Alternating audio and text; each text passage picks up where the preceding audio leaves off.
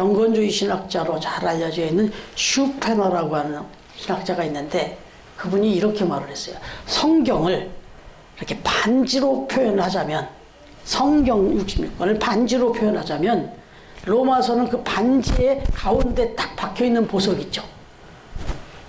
이 보석과도 같은 게 로마서다. 이분은 또 그렇게까지 얘기했네요. 네. 성경 전체, 특히 바울 서신서 그 많은 것 중에서 이걸 전체를 반지로 놓고 볼 때 반지에 그 꽂혀있는 보석 같은 역할을 하는 게 바로 로마서다. 이렇게도 이야기합니다. 어찌됐든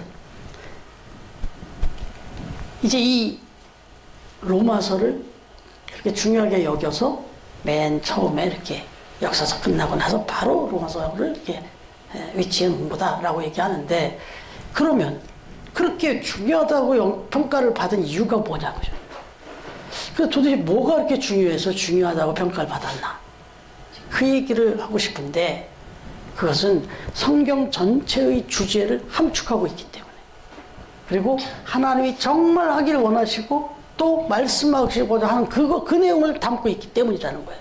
뭐냐면 로마서의 핵심 주제는 모든 인간은 죄인이다. 그리고 그래서 모든 인간은 다 죽는다. 그런데 구원의 길이 열렸다. 살아날 수 있는 길이 열렸다. 이걸 알려주는 책이 로마서라는 거예요. 다른 데도 다 그런 얘기 없진 않지만 집중적으로 이 얘기를 하고 있는 책이 로마서다 이겁니다. 이건 정말 다른 것도 다른 책도 얘기하겠지만 집중적으로 이 얘기를 다루고 있으니까 이 얘기부터 먼저 해야 되는 거예요. 그래서 로마서를 맨 앞에 갖다 놨다. 여러분 그렇잖아요.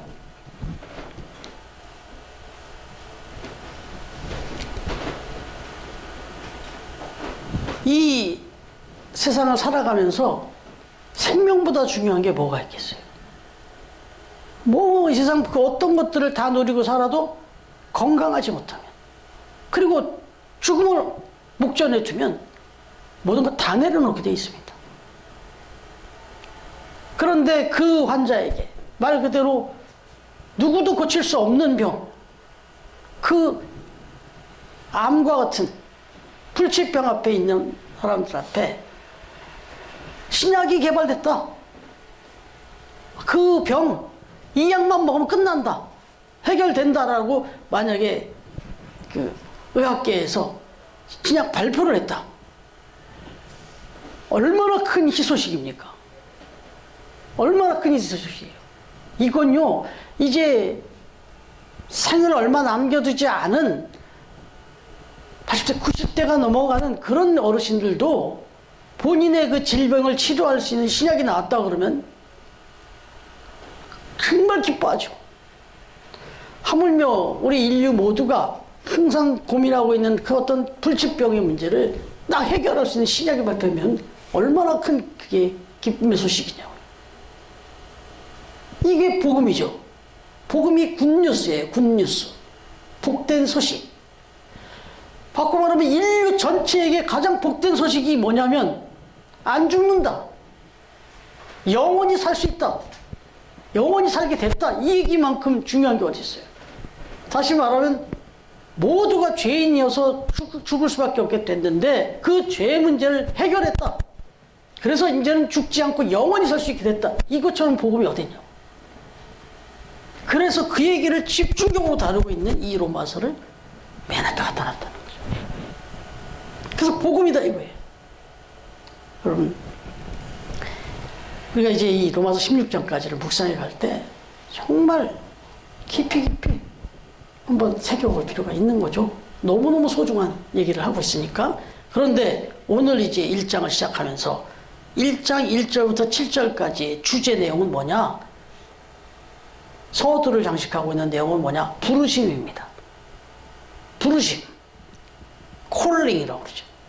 오늘 본문을 보니까 로마서의 서론인데 사도 바울은 서두에서 뭐라고 말하냐면 자신이 바로 이 복된 소식으로 부르심을 받았다는 거예요. 이 복음을 위해서 택정함도 받았다. 이렇게 고백하고 있어요. 이 얘기 뭐냐면 이 복음의 소식을 자기한테 알려줬다는 거예요. 깨우쳐줬다는 거예요. 그래서 자기가 이 인류가 고민할 그 고민을, 그 해답을 들었다는 겁니다. 그리고는 그 일을 알리라는 사명을 받았다는 겁니다. 자기가 먼저 이 소식을 접하고 깨닫게 되었고, 그리고 이 복된 소식을 알리는데 자기를 택정해 주셨다. 이 얘기부터 시작하는 거예요. 여러분, 이게 참 안타까운 거예요. 사실은 참 안타까운 거예요. 누가 안타까웠냐면 하나님이 안타까우신 겁니다. 모든 동물들 또 생물들에게는 귀소성이라는 것이 있고, 그리고 또 회귀성이라는 게 있어요. 이 본능적으로 주어진 게 있습니다. 자기가 태어난 곳, 또 자기가 가야 할 곳을 정확히 다 알아요. 본능적으로. 근데 만물의 영장이라고 하는 인간만 몰라요. 이게 죄악의 아주 심각성입니다. 죄로 물들어 버렸기 때문에 이걸 다 잊어버렸어요. 영적 침해죠. 여러분, 회귀성, 귀소성 들어보셨을 텐데, 회귀성이라고 하는 거는 잘 아시는 바다의 그 푸른 거북이, 이 바다의 그 푸른 거북이가 넓은 대서양에서 자기가 태어난 섬으로도 찾아간답니다. 그 넓은 대서양에서 자기가 태어났던 섬을 알고 찾아간대요. 연어에 대해 회귀성은 아시잖아요. 연어. 그 수만 킬로가 넘는 그 강을 헤엄쳐 다니다가도 또 자기가 그 태어난 그것을 또 찾아가잖아요. 이게 인간 능력을 넘어간다고 하는데 어찌됐든 기가 막혀요. 그 회귀성이. 거기에 이제 귀소성이라는 것도 있죠. 비슷한 듯하나 약간 다른데, 이 귀소성 같은 경우는 비둘기 한 마리를 데리고요, 전혀 이 비둘기가 가보지 않았던 지역까지 엄청나게 먼 데로 가서 얘를 딱 떨고 놓으면은 자기 그 태어난 거기를 날아간다네요. 비둘기가. 전혀 비둘기가 가보지 않았던 곳으로 먼 곳을 데려다 놓고 거기다 딱 놔주면 자기가 태어난 그 거기를 찾아간대요. 이게 귀소성이랍니다. 회귀성, 귀소성, 이건 본능이에요, 본능. 그럼 본능으로 따지면 인간만큼 또 본능이 강한 사람이 어디 있어요? 그런데 희한하게도 인간만큼은 자기가 어디서 태어났고 그곳으로 돌아가야 되는 걸 모른다는 거예요. 이걸 정말 하나님이 너무너무 가슴 아파하고 안타까워서 스스로 못 찾아오니까 하나님이 찾아오셨어요. 어떻게 찾아오셨습니까? 인간의 몸을 입고 찾아오셨어요. 그 예수님을 이 땅에 보내주신 거잖아요. 그래서 예수님이 하나님의 옷을 입고 인간의 옷을 입고 완전한 하나님이시면서 또 완전한 인간으로 이 땅에 오신 거죠. 왜 왔습니까? 구원하려고. 그 죄악 때문에 자기가 어디서 태어났고 어디로 돌아가야 되는지도 모르고 살아가는 이 안타까운 인생들, 그 근본적인 것에는 죄악 때문에 그러니까 이 죄악의 문제를 걷어내시고 이제는 인도하시기 위해서 오신 거죠. 그래서 그렇게 먼저 보내심을 받았어요. 그런 다음에 택하시고 부르십니다. 그게 사도 바울이 그렇게 택하심과 부르심을 받았다는 거예요. 자기가 예수님을 만났잖아요. 예. 다시 말하면 사도 바울은 그렇게 부르심을 입었다는 겁니다. 자기가 하나님이 보내신 예수 그리스도를 통해서 자기가 택정함을 입었다, 부르심을 입었다, 그 고백을 하는 거예요. 먼저 내가 이렇게 부르심을 입어서, 택정함을 입어서 지금 여러분들에게 복음을 전하는 거다. 지금 그 얘기를 하면서 또 한 걸음 나가기를 뭐라냐면 너희들도 부르심을 입은 사람들이다. 응? 너희들도 부르심을 입은 사람들이다. 이 얘기를 이제 지금 하고 있는 겁니다. 3절 4절에 보니까 육신으로는 다윗의 혈통, 영적으로는 죽은 자들 가운데서 부활하신 능력의 주 예수 그리스도, 이분을 통해서 부르심을 받았다 이거예요. 저와 여러분이 지금 이렇게 신앙생활을 하게 된 건 예수님을 믿게 돼서 신앙생활을 하게 된 거잖아요. 그 예수님을 통해서 우리가 부르심을 입었다는 거예요. 사실은 저와 여러분도 전혀 이거 하나님도 알지 못하고 예수님도 알지 못하고 그렇게 살아갈 수 있었어요. 그런데 하나님께서 귀한 선교사들을 보내시고 또 보내시고 또 보내시고 이미 부르심을 받은 사람들에 의해서 또 우리를 불러서 결국 우리가 여기 와서 이렇게 앉아있는 겁니다. 여러분, 부르신 목적이 뭐냐 그럼? 부르신 목적이 뭐라고 그래요? 여기 지금 사도 바울이 자기를 부르신 목적이 택정함을 받았는데 그 얘기는 자기도 구원을 받고 또 다른 사람들을 구원시켜라. 다시 말하면 그 사람의 인생을 변화시켜라. 이겁니다. 부르신 분은 예수 그리스도의 하나님이시고 그리고 그 부르신 목적은 생명을 구원하고 그리고 변화시켜라 삶을. 예. 이걸 강력하게 말씀해 주시고 있는 내용이 뭐냐? 그게 로마서예요. 이 내용을 강력하게 얘기해 주고 있는. 그래서 사실은요, 저와 여러분도 마찬가지예요, 이제. 그리고 또 우리가 또 지금도 이미 변화를 받고 부르심을 입고 변하고 살지만, 이제 이 로마서 말씀을 우리가 묵상해 가는 동안에 변화해야 돼요, 더 확실하게 변화되셔야 됩니다. 근데 이미 증인들이 있어요. 이 로마서를 통해서 변화를 받은 놀라운 인물들이 많아요. 아니, 이 변화를 받아서 놀라운 인물이 된 사람들. 예를 들면, 먼저 신학자를 좀 이야기 드려서 그런데, 성 어거스틴이라고 있습니다. 아우스티누스. 이 사람은 기독교 2000년 역사에서 불세출의 신학자입니다. 이분을 따라갈 신학자가 없어요. 방대합니다. 어마어마한 신학서적을 쓰고 지금의 신학을 완성해 놓은 사람이라고 할 정도로 제2의 바울 이상의 대사람이에요. 그런데 이 성 어거스틴도 바로 이 로마서를 읽고 회개한 겁니다. 로마서를 읽고 뒤집어졌어요. 그런가 하면 영국의 올리버 크롬웰 장군이라고 아주 유명한 분이 있어요. 정치가이기도 하면서도 또 신학적인 그런 소명을 가진 사람인데 이분이 청교도 혁명을 일으킵니다. 근데 이분이 바로 로마서를 통해서 역시 뒤집어진 거예요. 근데 이분의 기도가 참 그렇게 뒤집어 엎어지기에는 아주 작은 부분부터 변화가 일어났어요. 우리가 흔하게 그냥 지나칠 얘기를 이분은 봤어요. 그래서 아주 작은 것부터 변화를 일으키면서 청교도 깨끗하게 하나님을 닮은 사람으로 살아가자는 뜻으로 청교도 혁명을 일으켰는데 이분이 한 기도가 아주 평범한데 너무 심금을 울립니다. 제 마음을. 기도 내용이 뭐냐? 많은 사람들 중에는 먹을 것은 있는데 식욕이 없어서 괴로워하는 분들이 있습니다. 또 그 중에는 식욕은 있는데 먹을 것이 없어서 괴로워하는 분들도 있습니다. 그런데 하나님, 저에게는, 우리에게는 먹을 것도 주시고 식욕도 주시니 이 얼마나 감사합니까? 이렇게 기도를 했어요. 여러분, 이 기도, 그런 기도인가 보다 들으세요? 지난번에 우리 박민희 집사님 기도한 거 이상의 감동이 오지 않습니까?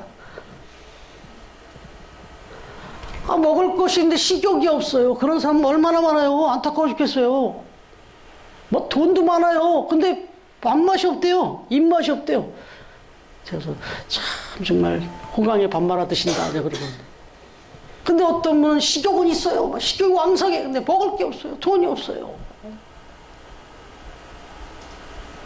그런 분들 또 눈물 나게 마음이 아프잖아요. 근데 우리는 먹을 것도 적절하게 일을 주시고 그걸 또 얼마나 맛있게 먹을 수 있는지.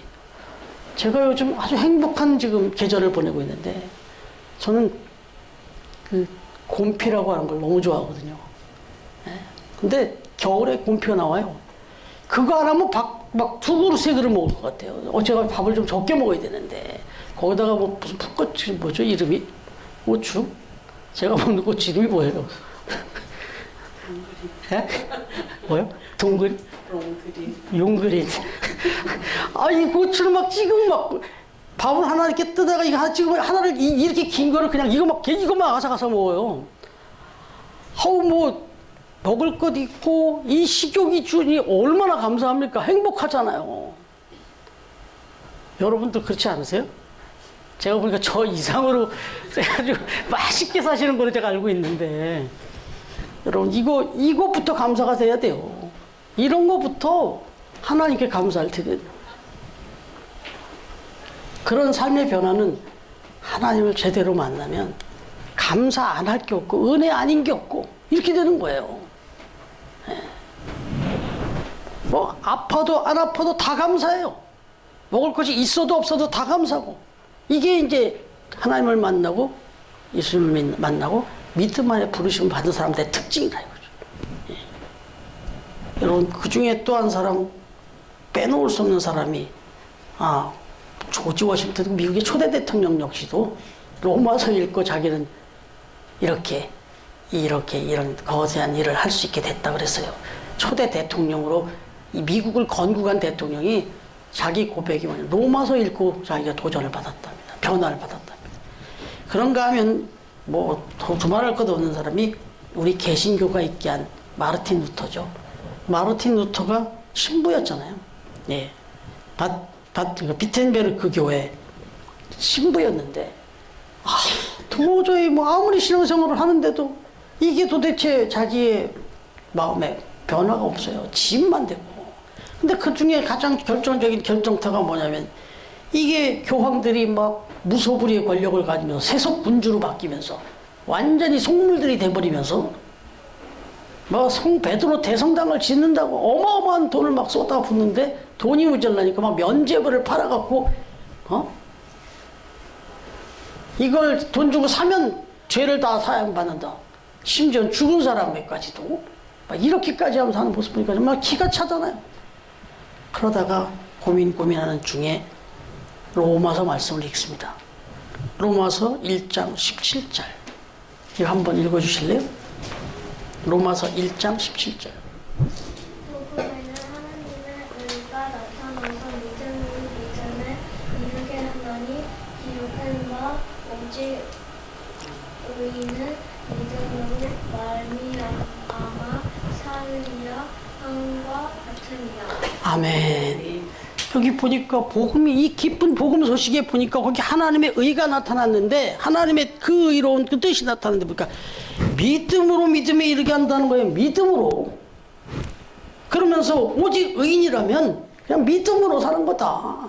이런 거지. 막 무슨 이렇게 그 당시 그 캐톨릭의 그런 그 교리 이거 아니더란 말이죠. 막 사랑을 짓누르고, 그리고 막 죄를 뭐 돈 받고 갚아해주고, 뭐 믿음으로 사함도 받는 거지. 의로워지는 거지. 이런 걸 어디서 깨달았니? 로마서에서 깨달았어요. 그래서 이 사람이 하나가 바뀌니까, 이 양반이 눈을 뜨고 변화가 되니까 이 사람이 세상을 변화시키네요. 교회를 변화시켜 버렸네요.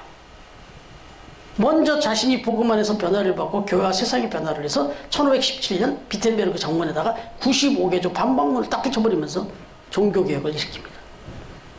하나님께서 사도 바울을 부르신 목적도, 그리고 이 루터를 부르신 목적도 모두 다 저 사람들을 복음으로 먼저 변화시키고요. 부르신 목적은 그 사람을 변화시킵니다. 불러다가. 그런 다음에 변화된 그 사람을 통해서 또 세상을 변화시킨다. 이거예요. 저 여러분, 우리 역시 지금 하나님께 복음으로 이렇게 부르심을 받은 사람들 맞습니다. 그럼 어떻습니까? 저와 여러분이 부르심을 받았으니 변화가 됐습니다. 복음으로. 그러면 진짜 우리가 변했다면 내 옆에 내 주변의 사람이 변해야 돼요. 바뀌어야 됩니다.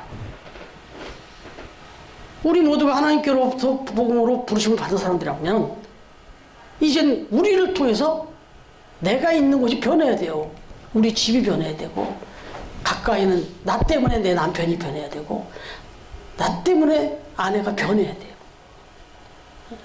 자식이 변해야 되고, 그리고 직장이 변해야 되고, 그리고 교회가 변하고, 세상이 변해야 돼요.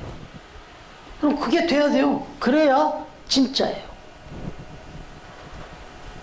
여러분, 처음 교회가 여기 지금 이곳에 있잖아요. 지금.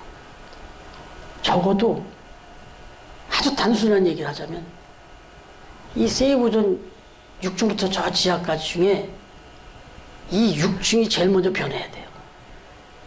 우리 세이브존의 기쁜 날의 축제 처음 교회 때문에 이 세이브존 전체 층 중에 이 6층 분들이 더 가장 환하고 밝고 더 축복된 사람들이 돼야 돼요. 더 더 좀 노골적으로 하면 더 여기가 장사도 잘 돼야 돼. 왜? 누구 때문에? 처음 교회 때문에. 기쁜 날의 축제 때문에. 저와 여러분 때문에. 저희가 계속 만날 때마다 축복해드리고. 뭐 우리 박경희 집사님하고 같이 이렇게 올라오다 보면은 여기 출근하는 분들하고 같이 만나잖아요. 제가 꼭 해주는 말이 뭐냐면 오늘 하루 좋은 하루 되십시오. 뻔한 얘기인데 다 좋아합니다. 정말 사실은 막 6, 7명 여자분들 탄데 남자 한자 들어가서 있으면요 정말 불편하거든요. 근데 저는 여기 안 불편해요. 다 생글생글 웃으면서 인사해 주시니까. 만약에 삭막해 보세요. 제가 거기 어떻게 계단으로 걸어 올라오고 싶지. 근데 타면 그렇게 반갑게들 환하게 인사해 주네요. 너무 감사하고 전 축복하는 거죠. 여러분, 제가 지난주도 그랬는데 이번 주도 한마디 더 제 얘기를 한 거 좀 용서해 주십시오.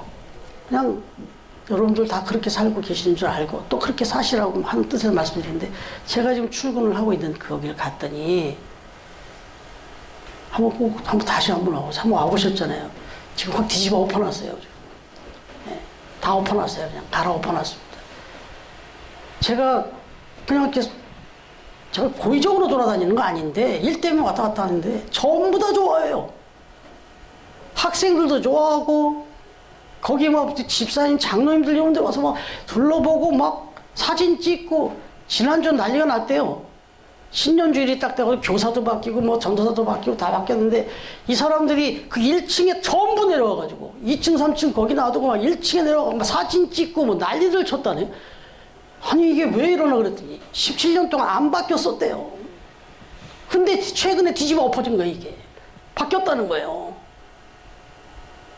이 지금 설교하는 거 다 듣고 있어요. 우리 저 간사님도. 그 간사님이 입으로 그런 얘기하는 거예요. 목사님 오셔가지고 확 바뀌어버렸어요. 아무도 그걸 안 했는데 오셔갖고 이걸 그냥 저는 안 했는지 한지도 모르고 그냥 거기 그래서 이렇게 한 건데 그 목사님도 얼굴이 이렇게 좀 얼굴이 그냥 미소가 이러고 다니세요. 네. 얼마나 보람 있는지 몰라요. 사실은 힘들죠. 그거 뭐 계속 막 일을 찾아서 하는 거는 그거 뭐 그냥 하던 대로 그냥 묻어가는 게 쉽지. 그거 뭐 자꾸 바꾸고 뭐 하는 게 뭐가 그렇게 즐겁겠습니까? 힘들어요. 괴롭고. 그런데 사명이죠, 사명. 여러분의 삶에 있는 자리에서 나 때문에 막 변화가 일어나고 바꾸고 생명의 변화가 일어나고 그냥 땅만 보고 살아가던 사람들이 하늘을 보기 시작하고 교회를 나오고 이런 일들이 벌어지면 얼마나 신나는 일인지 모릅니다. 그리고 하나님이 그걸 너무너무 기뻐하신다는 거죠. 적어도 처음 교회가 있는 이 세이브존, 더구나 성남점, 그 어떤 점보다도 더 다른 데도 마찬가지지만 전국에 9개 있는 점포 중에 성남점이 유난히 더 이렇게 참 뭐 충만하다. 뭐 막 매출도 뭐 어떤 직원들도 막 그냥 활발하고 이런 일이 벌어져야 돼요. 우리 교회 때문에. 예, 그래서 우리가 계속 축복하는 거예요. 예, 여러분 거기에 또 한 가지 우리가 더 중요한 또 있는데 지금 제가 볼 때는 뭐 제 얘기를 좀 해서 그렇습니다만 이제 진짜 제가 보는 관점에서 여러분들을 보면 그냥 우리 여성분들은 얘기할 것도 없어요. 뭐 원래 잘하셨기 때문에 큰 변화도 잘 안 느껴지는데 우리 남성분들은 좀 솔직히 변화가 확 보여요. 선보영 집사님의 변화는 말로도 할 게 없습니다. 본인도 인정하실 거예요. 제가 지금 몇 년을 지금 겪었는데 우리 천 집사님하고 천 집사님의 지금 모습은 완전 세인트예요. 성스러워요. 성스러워. 너무너무 홀리하셔요. 여기 앞에 지금 앉아 계신 우리 강인규 집사님 이거 진짜 대단하신 변화 아닙니까? 예배위원으로 지금 이 영상을 담당하고 계셨어요. 우리 꿈도 못 꿨던 일입니다. 우리 강 집사님이 이렇게 성실하게 이렇게 섬겨주실 거라고는 생각도 못했어요. 근데 이거 사실 아주 미천한 일일 수 있잖아요. 이 일이. 그러나 지금 우리 강 집사님이 지금 사회적 지위가 있는데 요새 이거 까딱까딱거릴 그런 군번은 아니에요. 사실은. 근데 얼마나 지금 아주 얼마나 신중하게 이걸 해주고 계시는지. 그냥 요거 이 영상 하나 바뀔 때마다 그 집사님이 여기 막 그 계속 긴장하고 있는 게 막 다 보여요, 제가. 예. 이런 거 변화입니다, 변화. 예. 우리 박경혜 집사님 오늘 오시면서 그러셔요. 이제 저랑 항상 격주로 이렇게 오시다 보니까 오는 때만 이렇게 문자 카톡을 하고 전화하고 그러는데, 목사님 이젠 제가 아무것도 연락 안 오면 그냥 가는 겁니다. 그러니까 못 오는 날만 연락 주겠습니다. 이거 엄청난 변화 아니에요? 이거 엄청난 변화 아니에요? 아니 뭐 이렇게 우리가 이런 변화를 느낄 때 막 너무 감사하고 기쁘고, 제가 이 정도면 하나님은 지금 춤추십니다. 네. 여기 지금 예나 리나의 변화는 뭐 더 말할 것도 없잖아요. 리나 성경책 한번 보세요. 모자마자 다 펼쳐주는데 노랗게 칠해놨어요. 지금 30장까지 읽었습니다.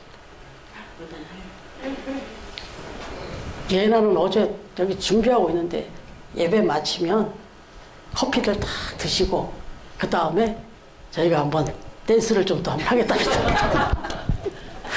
예. 지금 뭐가 그렇게 재밌어요, 여기가. 이 여건이. 그런데 뭘 하나라도 좀 보여주고 싶고, 막 교회가 즐겁고, 뭐 이런 거. 예, 아무튼, 여기 열거하면 이것만 가도 한참 가겠네요. 어쨌든, 여러분 여기서 부르심을 받은 이제 사람들의 사명 이야기를 좀 하나 더 하고 마치려고 하는데요. 부르심을 받은 사람들은 사명이 있습니다. 마르틴 미네르 목사라는 분이 계셔요, 독일에. 이분이 히틀러 시절에 보네포라고 하는 유명한 목사님과 함께 옥중 생활을 했던 분이에요.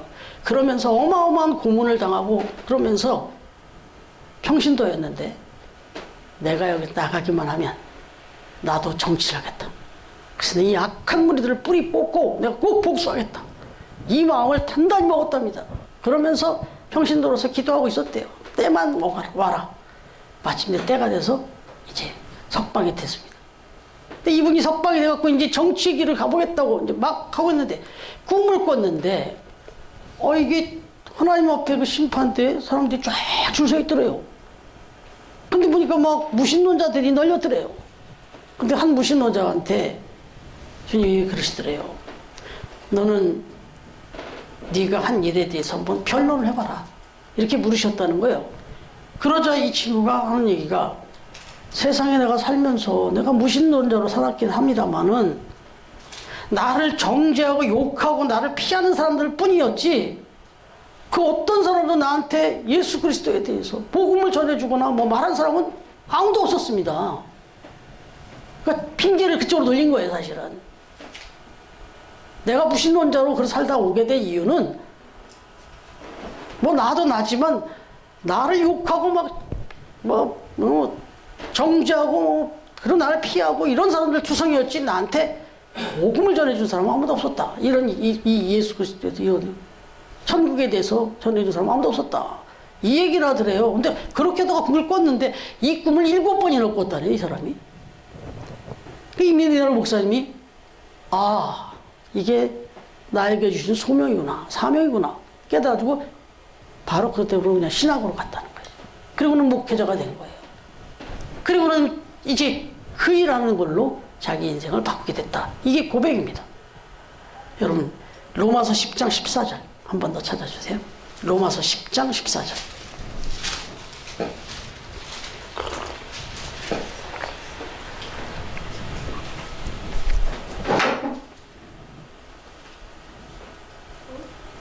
로마서 10장 14절. 예. 얘나 찾았어요? 읽을 수 있겠어요? 그러면 강 집사님 한번 읽으실래요? 예, 로마서 10장 14절. 그런즉 그들이 믿지 아니하는 일을 어찌 부르리요, 듣지도 못한 일을 어찌 믿으리요, 전파하는 자가 없이 어찌 들으리요. 예, 이게 사도 바울이 얘기해요. 아니, 믿지 않는데 어떻게 하나님을 찾을 수가 있겠고, 또 더 돌아가면 듣지도 못한 이름을 어떻게 믿겠느냐, 들어보지도 못했는데 어떻게 믿냐, 그리고 또 전파하는 자가 없는데 어떻게 듣느냐. 그러면서 내가 바로 그 일을 하러 택정을 받았고, 여러분들도 바로 그렇게 택정을 받았으니까 전하라, 알려라. 그 다음 얘기도 있어요. 듣든지 아니 듣든지 그건 그 사람 책임인데 나는 전해라는 거예요. 알려주라는 거예요. 그러면서 17절에 보면 그러므로 믿음은 들음에서 나고 들음은 그리스도의 말씀으로 말미암았느니라. 결국 들어야 믿음이 생긴다. 그러니까 알려줘라. 그러니까 이게 우리가 해야 될 그 사명이다. 여러분 세이브존에 우리가 있는 동안에 저희한테는 참 좋은 도구를 주셨습니다. 이 처음 만나 열 말할 거 없잖아요. 그냥 이거 드리면 되잖아요. 그럼 전한 거잖아요. 우리 그 사람이 안 보고 안 들으면 어떻게 할 수 없어요. 그러나 전하는 데까지는 우리가 할 일이죠. 예. 그래서 아무튼 우리가 부지런히 때를 어든지 저 잡지가 그래서 적당해요. 또 일주일에 한 번씩 나와도 참 그 쉽지 않은데 근데 한 달에 한 번 정도 나오니까 계속 전하자고요. 예. 계속 전해갖고 적어도 세이브존 6층 분들 또 더 반경을 넓은 분들이 하나님 앞에 가서 들어보지 못해서 못 믿었다 소리 그러면 무슨 소리가 되냐면 우리한테 책임이 생겨요. 이 세이브존 6층의 기쁜 날의 축제에 여기에 처음 교회를 세워주셔서 하나님이 원하시는 건 여기 있는 사람들한테 전하라는 거거든요. 근데 이 사람들이 여기 같이 기쁜 날의 축제 안에 이 처음 교회가 있음에도 불구하고 이 사람들이 한 번도 복음을 들어보지 못했다. 이 핑계가 나오지 못하도록 우리는 전해야 돼요. 아, 이 집은 줄까? 저 집 줄까? 아닙니다. 무조건 주셔야 돼요. 무조건. 사실 역량이 우리가 되면 나올 때마다 여기 전층을 다 주고 싶은데 약관상 그럴 수는 없잖아요. 어찌됐든 간에 우리가 할 수 있는 만큼 한 사람이라도 더 알리자. 이게 우리한테 준 소명이다. 예, 그렇게 생각하시면 좋겠습니다. 서두에 보신 영상 필립 브루스 목사님 이야기가 나왔잖아요. 근데 그 필립 브루스 목사님이 다 아무도 뭐 괜찮다 안 만나도 된다. 왜 다 믿음의 사람들이니까 천국에서 다 만날 거니까 걱정하지 마라. 나 여기 지금 이제 마지막이 얼마 안 남았다고 다들 그래서 한 번 더 보려고 그러는데 그러지 마라. 천국에서 다 만날 거다. 근데 다 만남을 고사했지만 한 사람은 들어오라는 거예요. 아주 친한 사람. 여기에는 이름이 안 나왔지만 그 사람이 인거솔이라고 하는 변호사예요. 변호사. 법률가예요. 인거솔이라고 하는 법률가입니다. 그래서 그분은 만나준 이유가 그 사람이 묻잖아요. 다 못 만나주고 안 만나주고 그러면서 왜 나는 만나주냐. 다른 사람 다 천국에서 다 만날 건데 당신은 이렇게 안 믿어줍니까? 여기서 한 번이라도 더 보지 않으면 못 볼 것 같아서 여기에 확 뒤집어진 거 아니야 이 사람이. 그래가지고 이 양반이 복음을 받아들인 거예요. 그렇게 안 믿던 사람이 그렇게 의미심장한 얘기를 하니까 뒤집어졌어요 이 인거솔이. 그 다음에 이 사람이 거듭났어요. 마지막 죽음의 순간까지 변화시킨 겁니다. 여러분 이겁니다. 마지막 임종의 순간까지 부르심을 받은 자로서 한 생명이라도 더 구원하고자 한 이 받은 바 사명을 감당을 했던 필립 브루스 목사님처럼 우리도 바라기는 우리들의 부르심을 받은 사람들로서 복음의 사명을 잘 감당하는 성도, 복음 전파의 사명을 잘 감당하는 우리 처음 가족들 또 처음 교회가 되어지기를 우리를 죄악에서 이렇게 불러내주신 예수 그리스도의 이름으로 축원합니다.